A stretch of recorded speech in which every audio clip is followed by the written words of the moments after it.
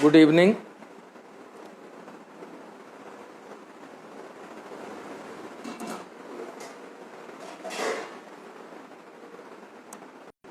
सभी फटाफट आ जाइए, हम क्लास स्टार्ट करने वाले हैं। और आज से हमारी इम्पोर्टेंट क्लास यहाँ प्रारंभ हम करेंगे। अकाउंटेंसी में बहुत इम्पोर्टेंट पार्ट होता है न्यूमेरिक सॉल्यूशन, तो उसका आज हम यहाँ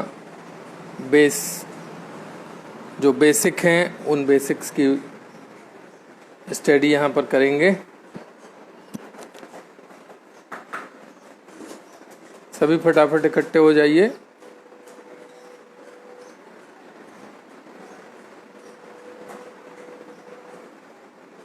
चलिए हम स्टार्ट करते हैं।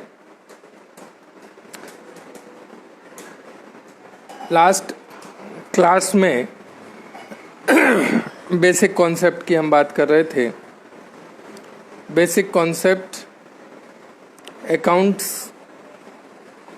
की रूलिंग, यूनिफॉर्मिटी और रिलायबिलिटी के लिए बहुत इम्पोर्टेंट होते हैं। स्टूडेंट्स के पॉइंट ऑफ व्यू से ये एक थ्योरी पार्ट है। जब आप प्रैक्टिकल यूज़ में अकाउंटेंसी खुद से तैयार करेंगे अपने बिजनेस के लिए, अपने ऑर्गेनाइजेशन के लिए, अपने डिपार्टमेंट के लिए, तब इन बेसिक्स की आपको बहुत आवश्यकता पड़ेगी। सिलेबस का पार्ट है, इसलिए तो पढ़ना ही है। साथ ही इन फ्यूचर जब हम अकाउंट्स में बहुत कुछ करने जा रहेंगे तो वहाँ भी इसकी आवश्यकता होती है। अकाउंट्स कैसे तैयार किए जाते हैं, उनको बुक्स ऑफ अकाउंट्स में कैसे रिकॉर्ड किया जाता है, यहाँ से ये पोर्शन हमारा स्टार्ट होता है। पिछले चैप्टर्स में या उसके पहले चैप्टर में हम अकाउंट्स के बेसिक्स के बारे में पढ़ चुके हैं, जहाँ वोकेबलरी और कॉन्सेप्ट और बिजनेस सिस्टम को हमने पढ़ा। आज हम बात करेंगे what is transaction and how to record in books of accounts, what's the rules for the purpose of accounting, how many books are prepared, these are matter of accountancy। हम शुरुआत करते हैं सोर्स डॉक्यूमेंट से। Source documents means business में जो transaction होते हैं उन ट्रांजैक्शंस को बुक्स ऑफ अकाउंट में रिकॉर्ड करने के लिए जो डॉक्यूमेंट हम तैयार करते हैं उस डॉक्यूमेंट को सोर्स डॉक्यूमेंट कहते हैं। जैसे आप मार्केट से कोई भी गुड्स जब परचेज करके लाते हैं, बाइंग करके लाते हैं, तो वेंडर द्वारा आपको कैश मेमो दिया जाता है। ये cash memo books of accounts में ट्रांजैक्शन को रिकॉर्ड करने के लिए सोर्स डॉक्यूमेंट का काम करता है। सोर्स डॉक्यूमेंट में debit voucher, credit voucher, sales voucher या अन्य प्रकार के जो वाउचर तैयार किए जाते हैं वो सभी ट्रांजैक्शंस को बुक्स ऑफ अकाउंट्स में रिकॉर्ड करने के लिए सोर्स डॉक्यूमेंट्स होते हैं। रिपीट करूँगा, सोर्स डॉक्यूमेंट मीन्स वो डॉक्यूमेंट जिसके बिहाफ में ट्रांजैक्शन को अकाउंट्स बुक में रिकॉर्ड किया जाता है। Cash memo, debit voucher, credit voucher, sales voucher, ये सभी क्या होते हैं, आपके सोर्स डॉक्यूमेंट्स होते हैं। सोर्स डॉक्यूमेंट्स को समझने के पहले आप ये समझना चाह रहे होंगे कि सर ये ट्रांजैक्शन क्या होते हैं। तो ट्रांजैक्शन के लिए हम आपको बता दें जैसे हम प्रीवियस थ्योरी क्लासेस में पढ़ चुके हैं कि transaction means give and take. In practical life, when going for buying some articles in front of vendor, we want some stationery. He give some register, books, copies, etc. and you pay in cash. This is transaction. Each transaction who have calculate or measured in monetary term known as business transaction. कोई भी ऐसा लेन then जिसको मौद्रिक भाषा में मौद्रिक राशि में कैलकुलेट किया जा सकता है वह आपका क्या बन जाता है? बिजनेस ट्रांजैक्शन, मतलब व्यापारिक लेन देन होता है. ऐसे सभी व्यापारिक लेन देन जो ऑपरेटिंग बिजनेस में होते हैं वो सभी आपके मैटर ऑफ अकाउंटेंसी होते हैं और इन सभी ट्रांजैक्शंस को बुक्स ऑफ अकाउंट्स में रिकॉर्ड किया जाता है. रिपीट करूंगा.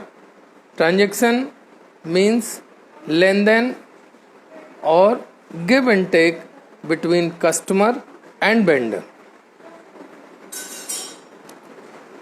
Transaction have dual aspects. कल हमने dual aspects कॉन्सेप्ट भी पढ़ा था. उसी कॉन्सेप्ट से यहाँ पर अकाउंटेंसी के पर्पस से आपको समझना जरूरी है कि each transaction have dual aspects. That means inside of business your stock is decreased by the sales of goods and your cash is increased by the receiving from customer. Same for customer. Customer receive goods and pay money. That means each transaction have dual aspects and each aspects recorded in the books of accounts. So, why we recorded in two sides? ये जानना भी आपके लिए जरूरी है. Because of you are affecting two accounts. You are affecting two things. You are affecting two sides. How to affecting? I said earlier, when you sell goods to someone, your stock will be decreased and your cash will be increased. That's why you must to need record in the books of accounts with the dual aspects by the source documents. अभी तक मैंने आपको दो बातें बताई. What is transaction? Transaction between the customer and vendor by the give and take. Transaction have dual aspects, ये भी मैंने डिफाइन किया. Then source document. In business you provide cash memo to customer. It is your source document for recording transaction. Debit voucher, credit voucher, sales voucher, etc. When you prepare a journal voucher for cash payment or cash receipt, these are all source documents for recording transaction in the books of accounts. It is worth as a evidence of transaction.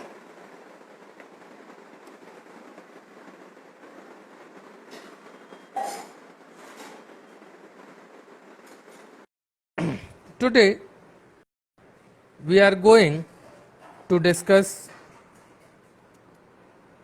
What is debit और what is credit?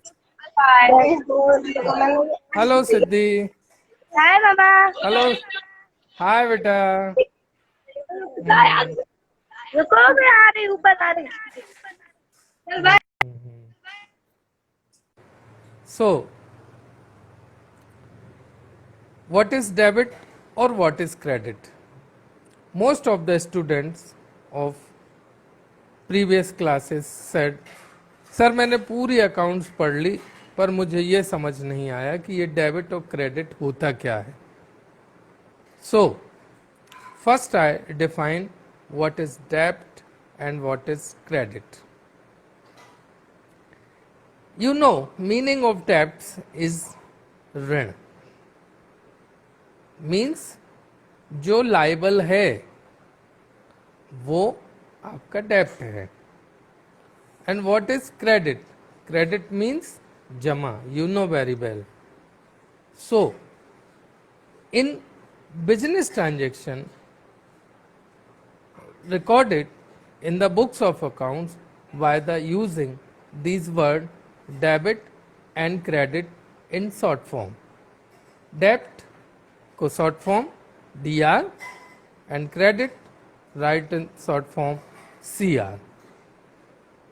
Debt means ऋणी जो मैंने आपको बताया और credit means जमा.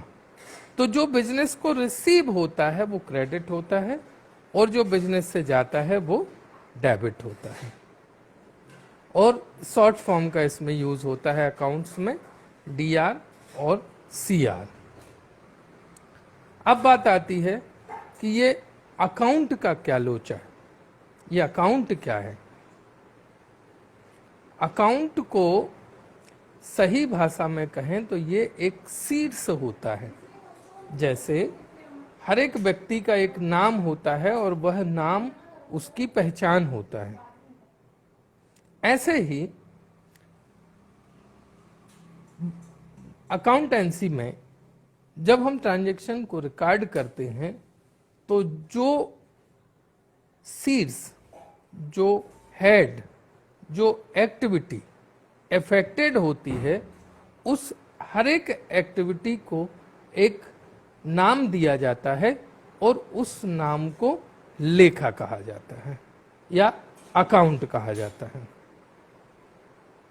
ये ठीक वैसे ही है जैसे जब हम बैंक में अकाउंट खोलते हैं तो बैंक आपके नाम से एक अकाउंट बना देता है, एक शीर्ष तैयार कर देता है और उसके नाम से वो जाना जाता है उसके कोड से. अकाउंट्स का यदि हम और सरल अनुवाद करें या ट्रांसलेट करें तो accounts means a head for recording related transaction with related head. इसमें अब बात आती है कि how many types of accounts. How many types of accounts? In all world, in all whole, there are three types of things. First one, natural person और legal person. तो ये हो गए पर्सन. और पर्सन के लिए जो अकाउंट हम तैयार करते हैं वो अकाउंट्स होते हैं पर्सनल अकाउंट्स. अब इन हाड़ मास के पुतले या कानून के द्वारा स्थापित लोगों को अलग कर दो तो संसार में क्या बचा? जो आपको दिखाई देता है, जिनको आप यूज करते हो लेकिन जिनमें जान नहीं होती. तो ऐसे सभी आर्टिकल्स रिलेटेड, असेट्स रिलेटेड जितने भी अकाउंट्स होते हैं वो सभी रियल अकाउंट्स कहलाते हैं. कौन से अकाउंट्स? Real accounts. थर्ड, अभी हमने क्या देखा? पहले हाड़ मास के पुतले, जिंदा आदमी को देखा या कानून द्वारा स्थापित आदमी को देखा. तो उसके लिए क्या कैटेगरी है? Personal account. फिर उन आदमी को निकाल दिया जाए, पर्सन्स को निकाल दिया जाए, तो जो आर्टिकल्स हमको दिखते हैं उनसे रिलेटेड सारे अकाउंट्स रियल अकाउंट्स, और इनके अलावा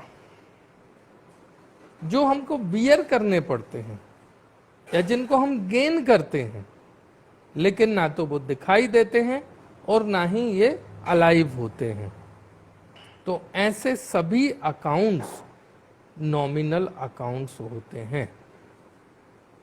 मीन्स हमने अकाउंट्स को 3 टाइप से कैटेगराइज करके रखा। Personal accounts, each natural person and legal person includes in this category. In real accounts, each article is assets, stock, goods, etc. related accounts include in this category. And third one is all types of expense, losses, profit and gains are included in nominal accounts. So, I defined previous accounts. What is accounts? Accounts means a head for describe related activities of someone in the particular head, and categorize in 3. First one personal accounts, second one real accounts, and third one nominal accounts. I hope so कि you are all understand. I think repeat it. Personal accounts for the natural person and person who established by the law, categorized in the category of personal accounts. All kind of articles, assets, stock, goods, etc. related accounts categorized in real accounts. And third one is nominal accounts. वो accounts जो ना तो real हैं और ना ही personal हैं, उन सभी को कैटेगराइज किया गया है नॉमिनल अकाउंट्स में। और इसमें मेनली जो इंक्लूड्स होते हैं वो अकाउंट्स होते हैं expense, losses, profit and gains related. आगे चलते हैं। आगे हम बात करेंगे कि इन अकाउंट्स को कहाँ रिकॉर्ड किया जाता है।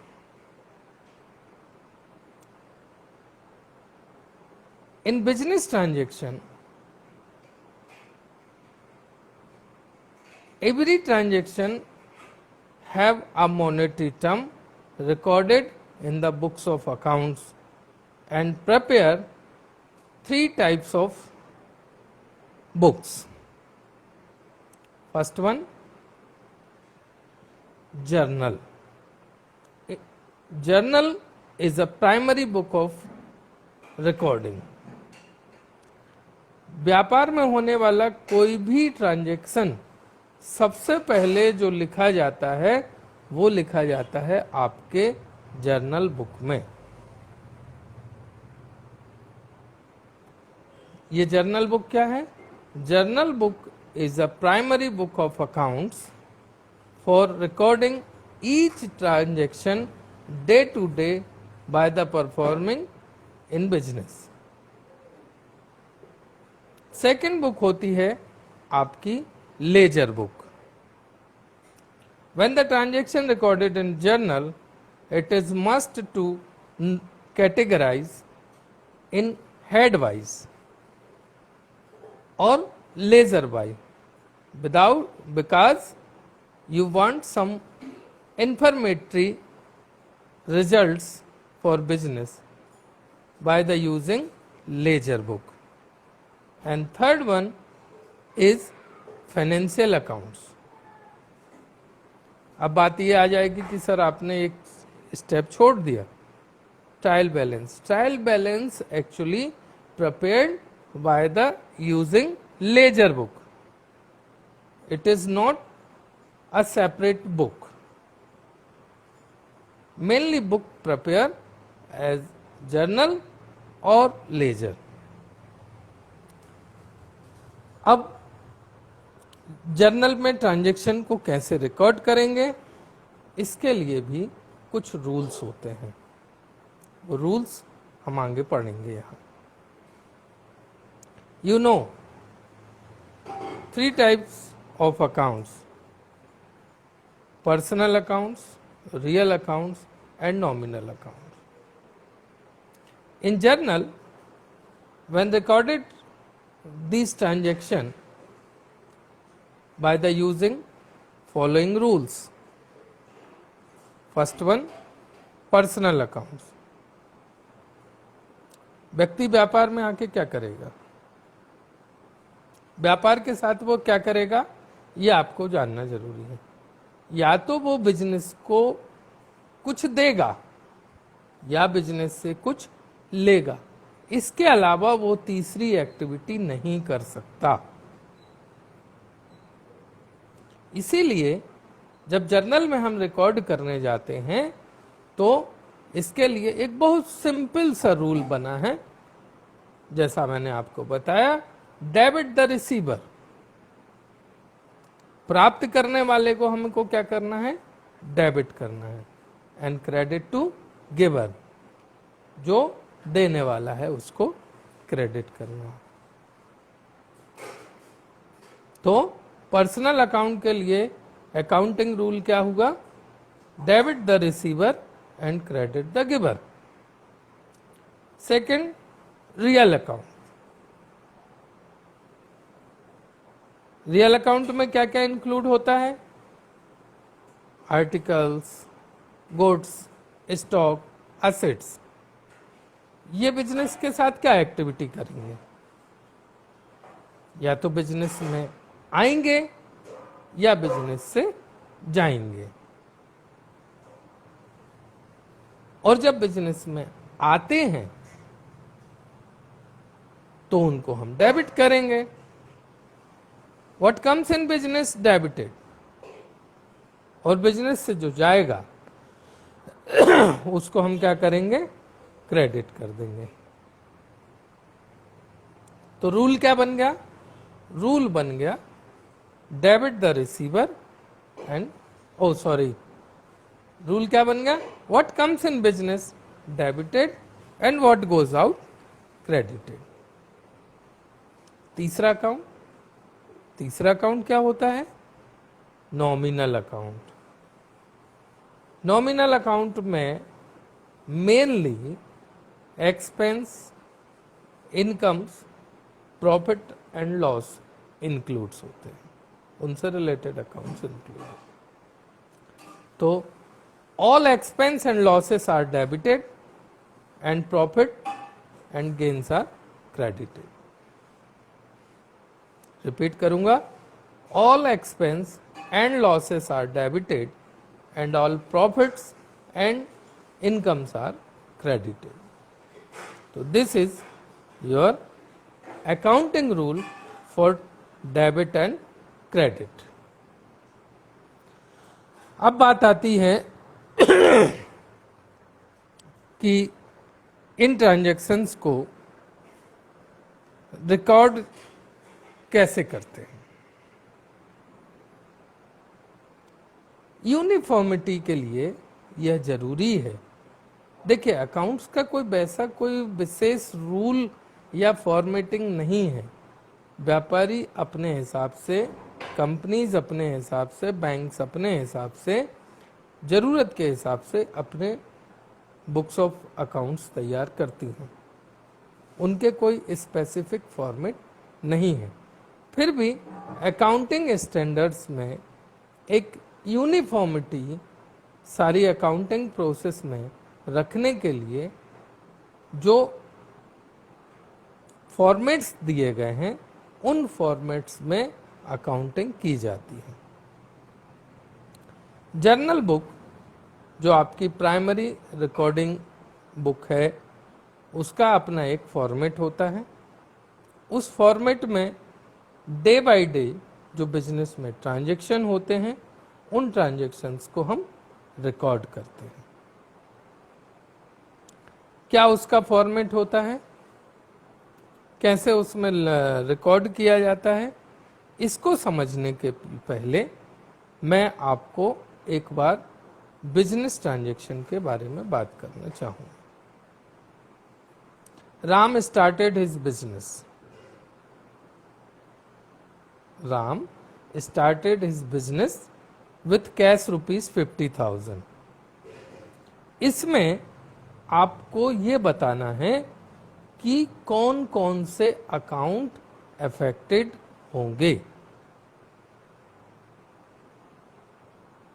कौन कौन से अकाउंट अफेक्टेड होंगे? क्या राम अफेक्टेड होगा या कैश अफेक्टेड होगा? आपका शायद जवाब होगा हाँ।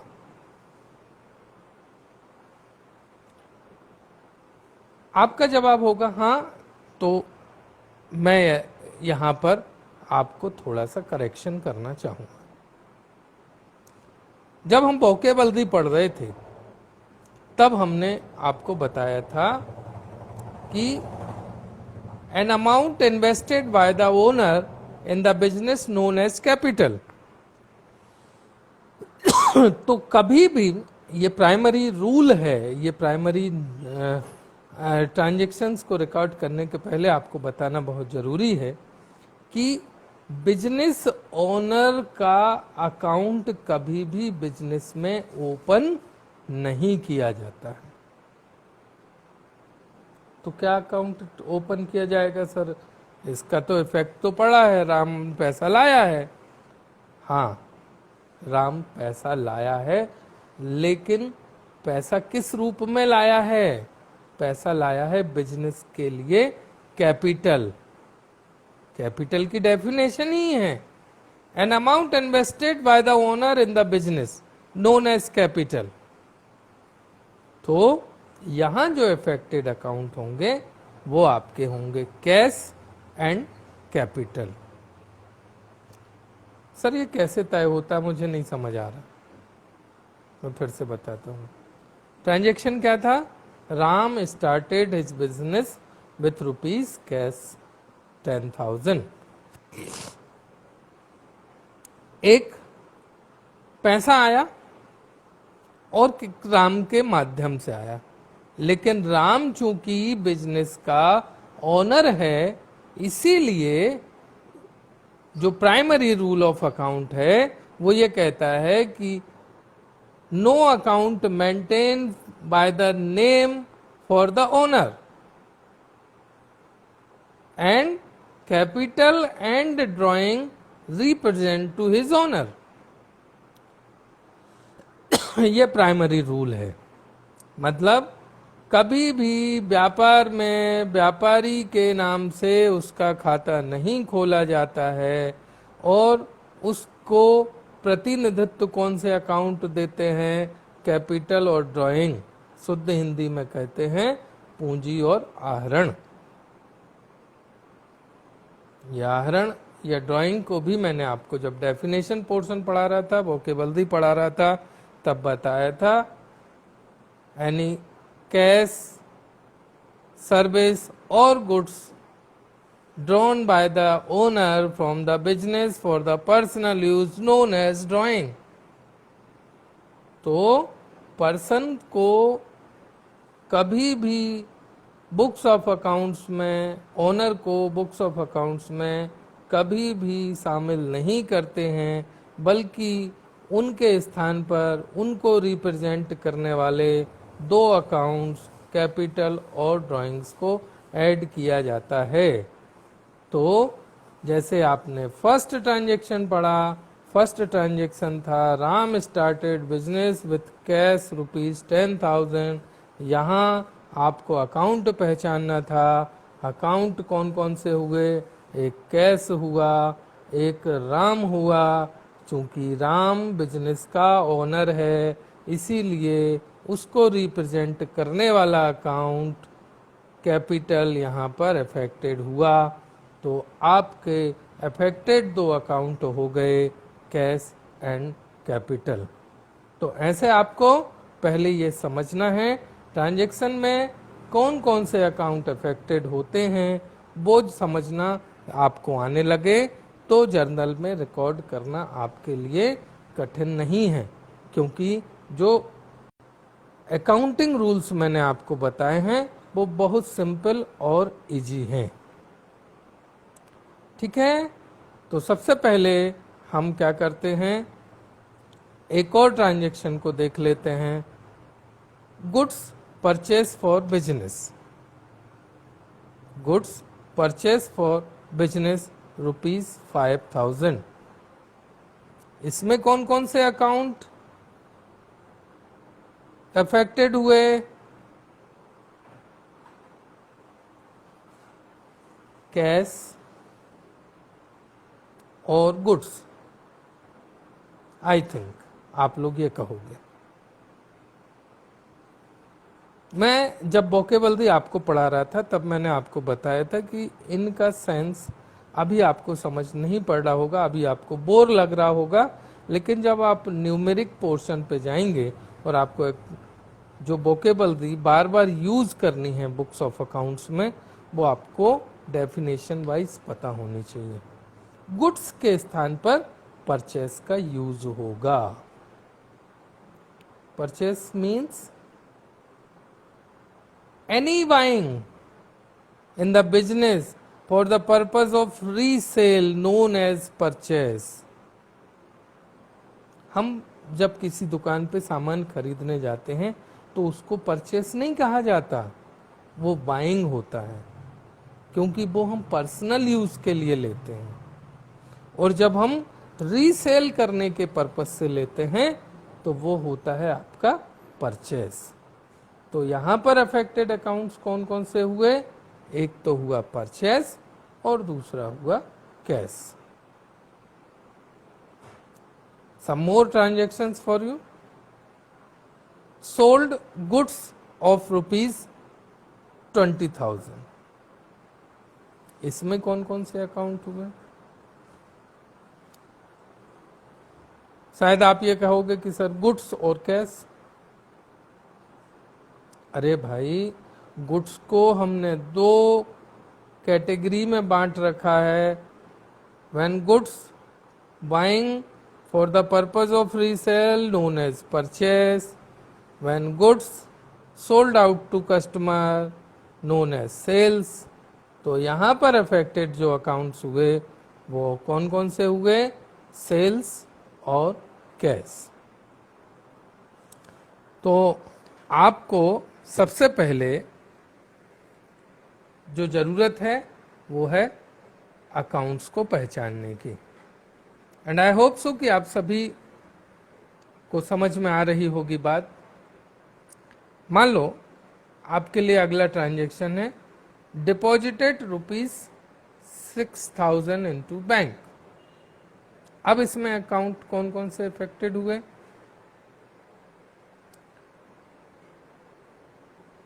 इसमें एक बैंक आया है। बैंक कौन है? बैंक कौन है? बैंक एक पर्सन है। कौन सा पर्सन है? Establish by the law. Natural person तो नहीं है, एस्टेब्लिश बाय द लॉ, है ना। तो एक अकाउंट हो गया उसका, और एक जो आपने जमा किया। क्या जमा किया? कैश। तो एक अफेक्टेड अकाउंट हो गया कैश। तो इस प्रकार इस ट्रांजैक्शन में जो अफेक्टेड अकाउंट है वो कौन कौन से हुए? एक हुआ कैश, दूसरा हुआ बैंक। नेक्स्ट मान लो आपको मैं ट्रांजैक्शन देता हूं परचेस फर्नीचर ऑफ ₹10,000। इसमें कौन कौन से? तो सबसे पहले आप जवाब दे देंगे सर एक तो कैश है, एक तो कैश है, दूसरा नहीं समझ में आ रहा। अरे भाई, दूसरा फर्नीचर है जो आपने परचेस किया है। फर्नीचर मींस एसेट, और एसेट्स के लिए कौन सा अकाउंट हमने बताया? Real account. तो अफेक्टेड अकाउंट्स कौन कौन से हो गए? एक हो गया फर्नीचर, एक हो गया कैश। Paid ₹5,000 to Shyamlal. ये सबसे बन जाना चाहिए। इसमें एक अफेक्टेड अकाउंट तो कैश हो गया, दूसरा कौन हो गया, श्यामलाल, जिसको हमने पैसा दिया। तो ऐसे आपको सबसे पहले जो ट्रांजैक्शन है उस ट्रांजैक्शंस को सबसे पहले आपको यह देखना है कि ट्रांजैक्शन मॉनेटरी टर्म में मेजर्ड है या नहीं है, क्योंकि जो भी ट्रांजैक्शन मॉनेटरी टर्म में मेजर्ड नहीं होगा वो बुक्स ऑफ अकाउंट्स का मैटर नहीं बनेगा। दूसरा, फिर आपको उसमें अफेक्टेड होने वाले अकाउंट्स को पहचानना है। जैसे अभी हमने 4-5 ट्रांजैक्शन आपके साथ शेयर किए कि उन ट्रांजैक्शंस में कौन कौन से अकाउंट अफेक्टेड हुए। फिर अगला जो स्टेप आता है वह आता है जर्नलाइजिंग का, मतलब जो book primary book of account होती है, जर्नल बुक, उसमें रिकॉर्ड करने का। तो आज मैं यही बात करूंगा आपसे कि सबसे पहले you need to identify business transaction, then identify affected accounts. Some more transaction. Check issue to Mohan for rupees 5,000. अब इसमें कौन कौन से अकाउंट अफेक्टेड हैं? कोई कहेगा चेक, कोई कहेगा मोहन, कोई कहेगा कैश। अरे भाई इसमें कैश कहाँ आ गया, कैश तो है ही नहीं ना, चेक दिया है। और चेक किसका इंस्ट्रूमेंट है? चेक बैंक का इंस्ट्रूमेंट है। मींस जब वो चेक लेके मोहन बैंक जाएगा तब बैंक उसको पेमेंट कर देगा। तो आपके बैंक में जो आपका खाता है उस खाते से उतना अमाउंट कम हो जाएगा। तो यहाँ अफेक्टेड अकाउंट्स कौन कौन से हुए?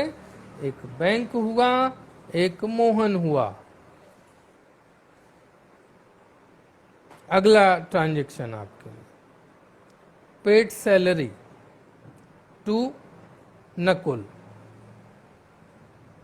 ₹1,000।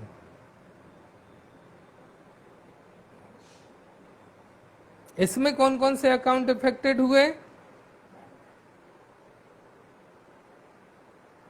बैंक तो नहीं होगा भाई, बैंक से तो ट्रांजैक्शन अपन ने किया नहीं है। तो कौन कौन से अकाउंट अफेक्टेड होंगे? नकुल को कैश मिला तो एक तो सर कैश हो गया, दूसरा सर नकुल होगा।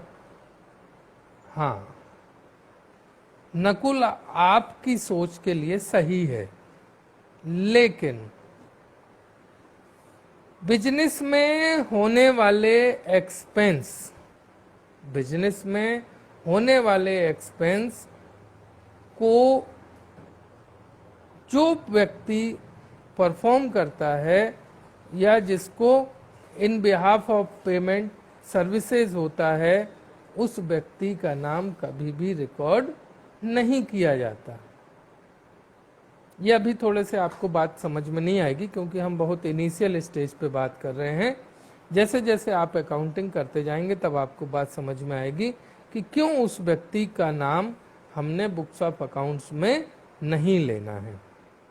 उसका नाम इसलिए नहीं लेना है क्योंकि यदि एक बार उसका बुक्स में हमने पेमेंट नकुल को काय के लिए किया था, सैलरी के लिए, तो भैया उसने महीने भर काम किया, हमने उसको सैलरी दी। अरे तो दी तो सर नकुल को। अरे भाई हम जब नकुल के नाम से लिख देंगे और अब जब आप चले जाओगे और दूसरा व्यक्ति आपका बिजनेस संभालेगा, वो देखेगा कि नकुल को 1,000 रुपए दिए थे। आप नकुल के यहाँ पहुंच जाओगे कि भाई नकुल आपके 1,000 रुपए खातों में लिखे हैं, आप पेमेंट करिए।